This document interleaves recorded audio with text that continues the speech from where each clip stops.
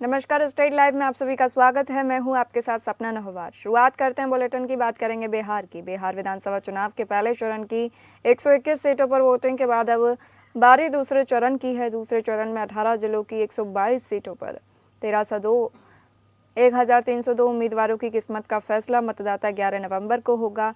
यही वजह है कि राजनीतिक दलों ने दूसरे चरण की सीटों पर प्रचार की ताकत झोंक दी है। दूसरे चरण में यूपी की सीमा से सटे बिहार की सीटों से लेकर चंपारण बेल्ट, मिथिलांचल और सीमांचल क्षेत्र की सीटें पर मतदान होगा। इस तरह पहले चरण में एनडीए की तरफ से नीतीश कुमार और जीतन राम मांझी की साख दांव पर लगी थी, तो दूसरे चरण में बीजेपी का असल इम्तिहान होना है। वहीं महागठबंधन में आरजेडी ही नहीं, कांग्रेस को भी साबित करने का चैलेंज होगा। तो असुद्दीन ओवैसी को बिहार में अपनी साख बचाए रखने की चुनौती है। 2020 में ओवैसी ने इस चरण की सीटों पर जीतकर सभी को चौंका दिया।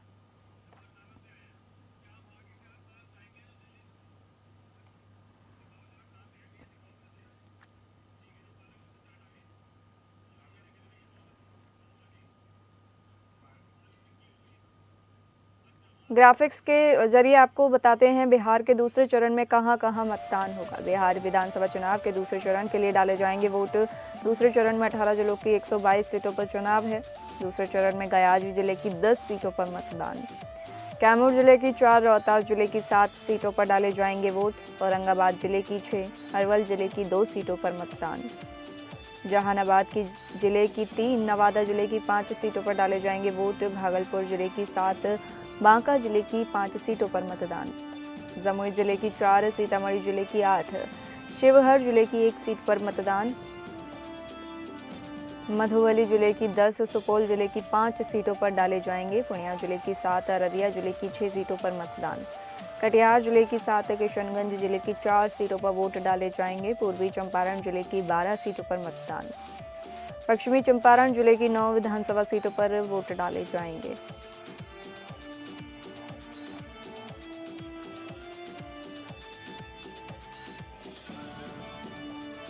एनडीए प्रत्याशी नंदकिशोर राम के समर्थन में चुनाव प्रचार करने पहुंचे उत्तर प्रदेश के सांसद और भोजपुरी फिल्मी कलाकार रवि किशन ने जनता को संबोधित किया। उन्होंने कहा कि नंदकिशोर राम एक गरीब परिवार से आते हैं और एनडीए सरकार ने उन्हें रामनगर से प्रत्याशी बनाकर सेवा करने का अवसर दिया है। उन्होंने भोजपुरी गाने गाकर लोगों का मनोरंजन किया और एनडीए सरकार की उपलब्धियों को गिनाया। केंद्रीय मंत्री दारा सिंह चौहान ने भी लोगों से महागठबंधन की सरकार को वोट न देने की अपील की और कहा कि प्रधानमंत्री मोदी ने गरीब और दलित को सम्मान देने का काम किया है। राज्यसभा सांसद सतीश चंद्र दुबे ने कहा कि अगर बिहार में एनडीए की सरकार बनती है तो मिथिलांचल में मां सीता के मंदिर का निर्माण होगा।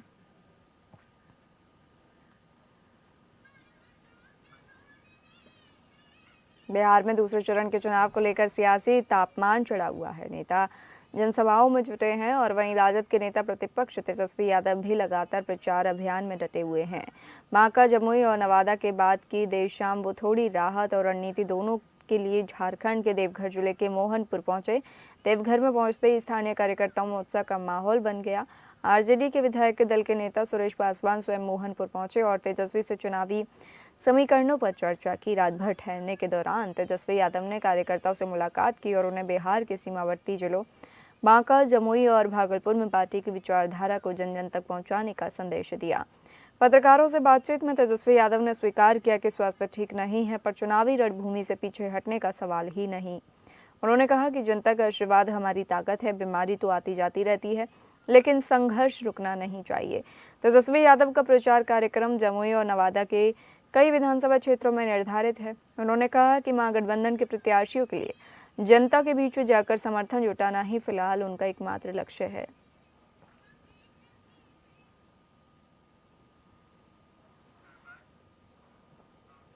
बिहार विधानसभा चुनाव के बीच राजद के सुप्रीमो लालू यादव के बड़े लाल तेज प्रताप यादव अब अपने ही छोटे भाई तेजस्वी यादव का खेल बिगाड़ने के लिए मैदान पर उतर आए हैं, जिसे लेकर झारखंड में महागठबंधन के सहयोगी दल कांग्रेस के प्रदेश अध्यक्ष केशव महतो ने हमारी संवाददाता तृप्ति सिंह से खुलकर बातचीत की और वहीं इस मौके पर राज्य में महागठबंधन की समीक्षा के संबंध पर भी उनसे चर्चा की।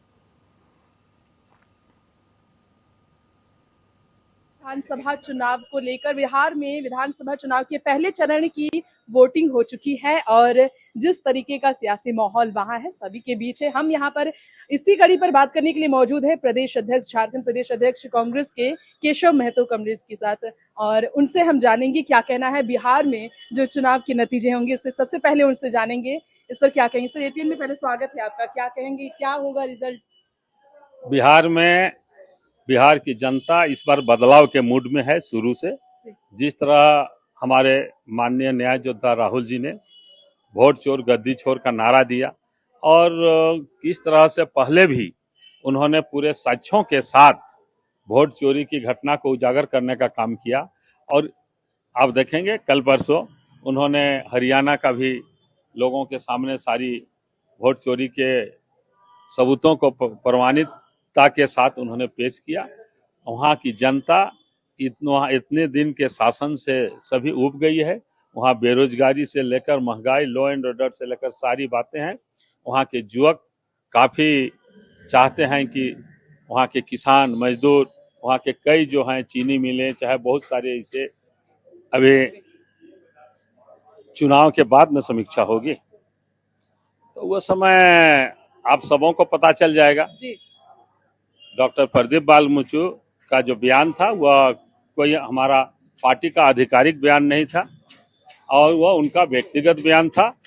गठबंधन एक है, गठबंधन के विधायक एक हैं, कांग्रेस के विधायक एकजुट हैं। इसमें कहीं किसी तरह का कोई ये नहीं है बिखराव। सभी सांप्रदायिक ताकतों के खिलाफ कि यहाँ पर वह सब विधायक एक हैं।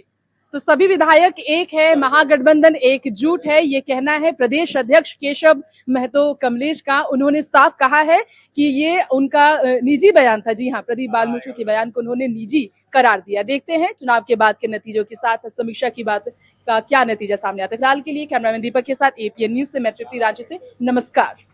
साहिबगंज जिले के उपायुक्त हेमंत सती ने मंगलवार को निर्माणाधीन केंद्रीय विद्यालय और नवनिर्मित बाल गृह गहन निरीक्षण किया। इस दौरान उन्होंने दोनों परियोजनाओं में कार्य की प्रगति और गुणवत्ता का अवलोकन किया। उपायुक्त ने संबंधित कार्य एजेंसी और अधिकारियों को स्पष्ट निर्देश दिए कि वे निर्धारित समय सीमा के भीतर विद्यालय भवन का निर्माण गुणवत्ता के साथ पूरा करें ताकि आगामी 2026-27 सत्र से स्कूल की कक्षाएं शुरू की जा सके। उन्होंने खिड़कियों में नेट लगाने की बात भी कही ताकि छात्रों को कीड़े मकोड़ों, धूल और अन्य पर्यावरणीय खतरों से सुरक्षा मिल सके।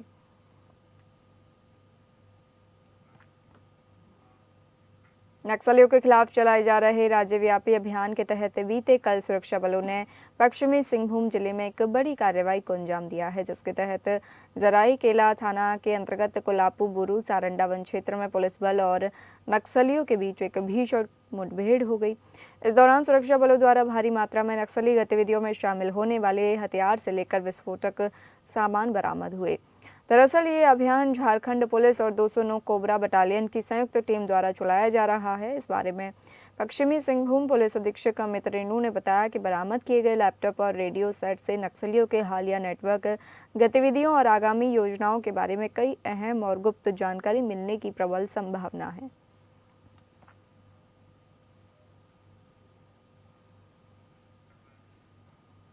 बेरमो सीसीएल बीएंडके क्षेत्र के खास महल कुनार परियोजना स्थित रेलवे साइडिंग के किनारे और बरवा बेड़ा गांव के पास पुलिस और सीसीएल सुरक्षा विभाग की संयुक्त टीम ने बड़ी कार्रवाई की है। इस छापेमारी में करीब 35 टन अवैध कोयला बरामद किया गया है। छापेमारी दल में गांधीनगर थाना, बोकारो थर्मल थाना, पुलिस और सीसीएल सुरक्षाकर्मी शामिल थे। जब्त किए गए कोयले को रेलवे साइडिंग के अधिकृत स्टॉक में जमा कर दिया गया। अभियान के दौरान काफी संख्या में ग्रामीण मौके पर मौजूद रहे। सूत्रों के अनुसार ये कार्रवाई क्षेत्र में चल रही अवैध कोयला कारोबार पर अंकुश लगाने के उद्देश्य से की गई है।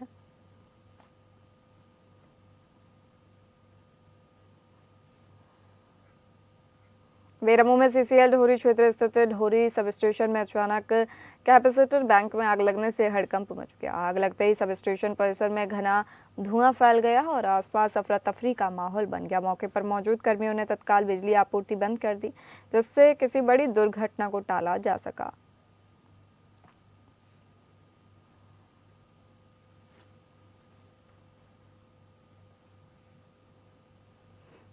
यहाँ की स्थिति है पूरी ढूंढी एरिया की सुरक्षा के मानकों से खिलवाड़ किया जा रहा है।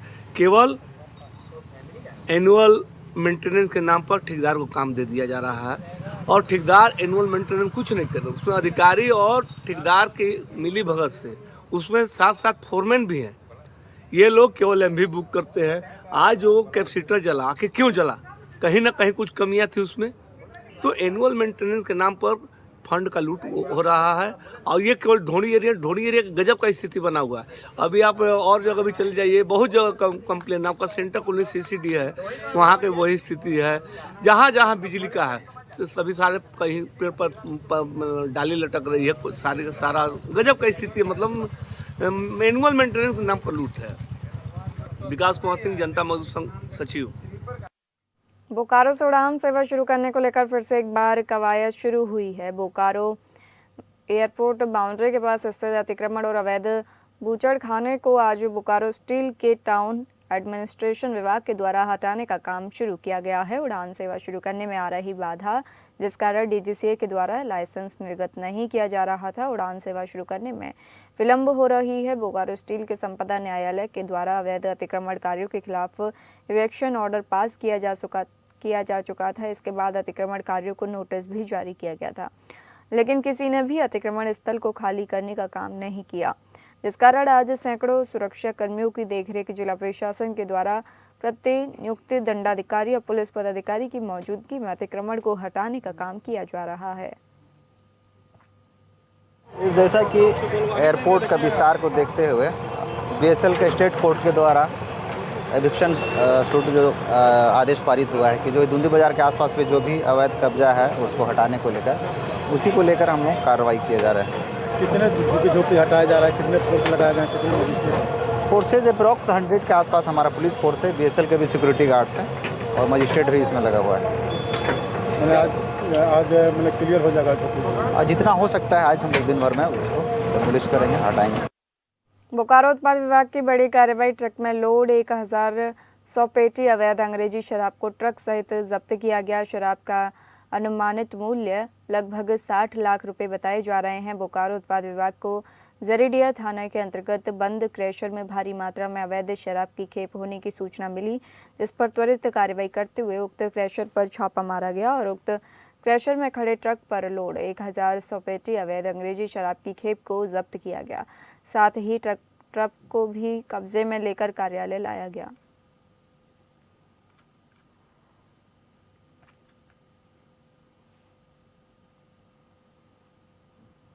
प्रधानमंत्री नरेंद्र मोदी के नेतृत्व में देश भर में वंदे मातरम की 150वीं वर्षगांठ मनाई गई। इस अवसर पर छत्तीसगढ़ के मुख्यमंत्री विष्णुदेव साय ने मंत्रालय में मंत्रियों की उपस्थिति में वंदे मातरम का सामूहिक गायन का लाइव प्रसारण देखा। देश भर में 150 स्थानों पर एक साथ वंदे मातरम का सामूहिक गायन किया गया। मुख्यमंत्री विष्णुदेव साय ने कहा कि देश के 140 करोड़ देशवासियों ने वंदे मातरम का गायन किया है, जो एक ऐतिहासिक दिन है। उन्होंने समस्त छत्तीसगढ़ वासियों को इस अवसर पर शुभकामनाएं दी। मुख्यमंत्री ने कहा कि वंदे मातरम का गीत आज़ादी की लड़ाई में एक महत्वपूर्ण भूमिका निभाई थी और इसे आज़ादी का मूल मंत्र बनाया गया।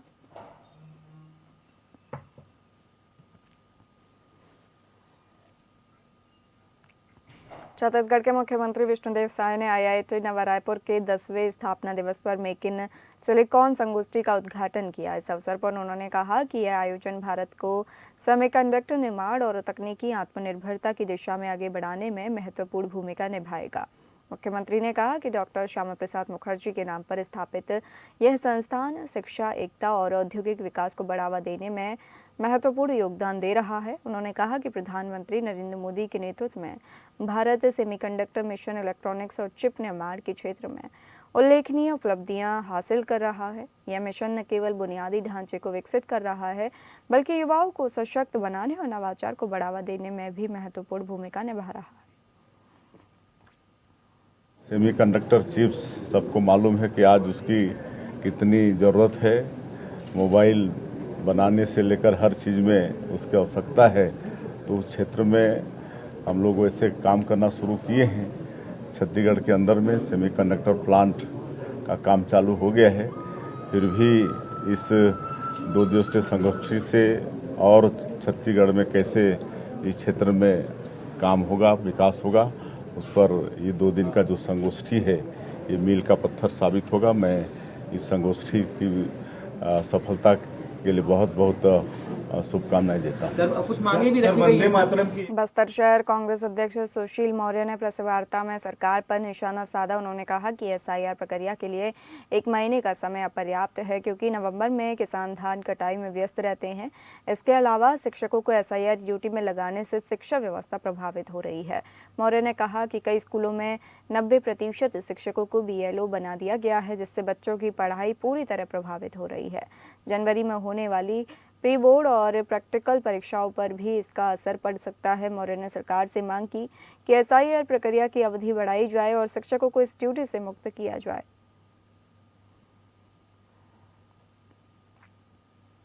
छत्तीसगढ़ में भी चालू की गई है। यह समय नहीं है इस प्रक्रिया को पूर्ण करने का, क्योंकि अभी धान कटाई का समय भी है और जिसमें ड्यूटी लगाई गई है अधिकांशतः शिक्षक हैं।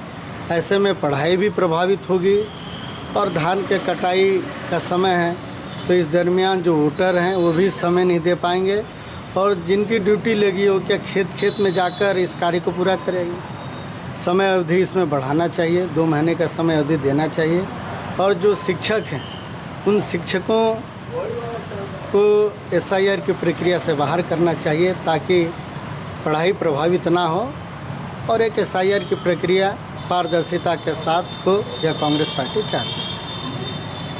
दिव्यांगजन अपनी 6 सूत्रीय मांगों को लेकर पिछले 8 महीने से धरना प्रदर्शन और पैदल यात्रा कर रहे हैं। आज बड़ी संख्या में दिव्यांग मंत्री लक्ष्मी रजवाड़े के निवास पर प्रदर्शन करने पहुंचे, जहां उन्होंने जमकर नारेबाजी की। इस दौरान जिला प्रशासन और पुलिस प्रशासन की टीम ने प्रदर्शन को रोकने की कोशिश की। प्रदर्शनकारियों को रोकने के लिए भारी संख्या में महिला पुलिस कर्मियों को तैनात किया गया था। प्रदर्शनकारियों को पुलिस ने बस में भरकर राजधानी रायपुर के धरना स्थल तुता में छोड़ा। दिव्यांगों का साफ कहना है कि उन्हें 500 रुपये से बढ़ाकर 5000 रुपये पेंशन दिए जाएं। उनका कहना है कि पेंशन उनका हक है, दान नहीं। उन्होंने नारे लगाए कि पेंशन हक है, दान नहीं, 5000 से कम नहीं और बीपीएल की दीवार गिराओ, सबको पेंशन दिलाओ। इस दौरान प्रदर्शनकारी दिव्यांग एकता जिंदाबाद और पुलिस प्रशासन मुर्दाबाद के नारे लगाते रहे।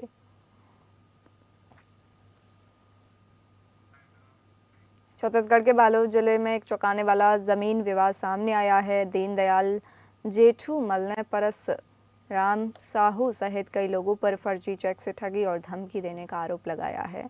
आरोप है कि 81 लाख की जमीन मात्र 1 लाख रुपए के बयाने में बेच दी गई और रजिस्ट्री ऑफिस ने बिना जांच पूरी किए प्रक्रिया पूरी कर दी। अब आरोपी फरार है और पीड़ित को धमकियां दे रहे हैं। पीड़ित का आरोप है कि गवाहों को धमकाया जा रहा है और उन्हें झूठे केस में फंसाने की साजिश रची जा रही है। एआई के माध्यम से अभी फर्जी टाइप से अभी वीडियो वायरल हुआ था, जो पूरा गलत है। ऐसा कुछ नहीं है। अब गुरुजी तो अपना ध्यान योग शिविर चलाते हैं, ऐसा कुछ नहीं है। अब प्रशासन भी इसमें जांच में जुटे हुए जो बता रहे हैं कि ऐसा कुछ नहीं है। अब आगे देखो क्या होता है, लेकिन वो गलत है। वो मामला जो है वो गलत है, ऐसा कुछ नहीं है। महाराष्ट्र के अमरावती जिले में आगामी स्थानीय निकाय चुनावों का बिगुल बज चुका है और भारतीय जनता पार्टी ने इन चुनावों की तैयारियां जोर शोर से शुरू कर दी है। भाजपा सांसद अनिल बोंडे को नगर पंचायत और नगर परिषद चुनावों के लिए अमरावती जिला चुनाव प्रभारी नियुक्त किया गया है।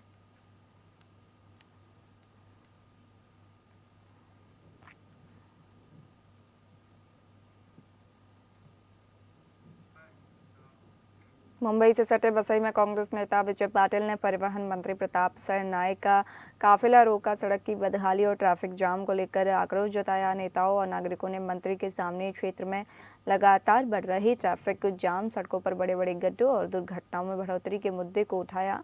स्थानीय लोगों का कहना है कि राजमार्ग की बदहाल स्थिति के कारण प्रतिदिन घंटों तक जाम बना रहता है।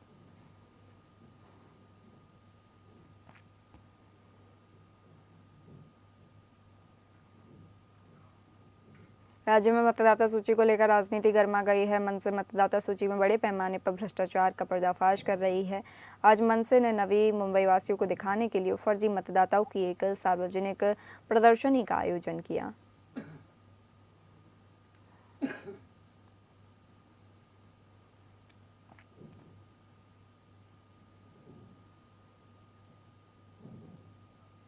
श्री गुरु तेग बहादुर जी के 350वें शहीदी दिवस को समर्पित एक साइकिल यात्रा सिसोदिया पर सिरुनादिया 15 नवंबर से 22 नवंबर 2025 तक दिल्ली से श्री अमृतसर साहिब तक आयोजित की जा रही है। इस अनूठी साइकिल यात्रा को यादगार और आध्यात्मिक बनाने के लिए प्रसिद्ध पंजाबी गायक जसवीर जस्सी ने अपनी आवाज में गुरबानी शब्द को संगीतबद्ध किया है।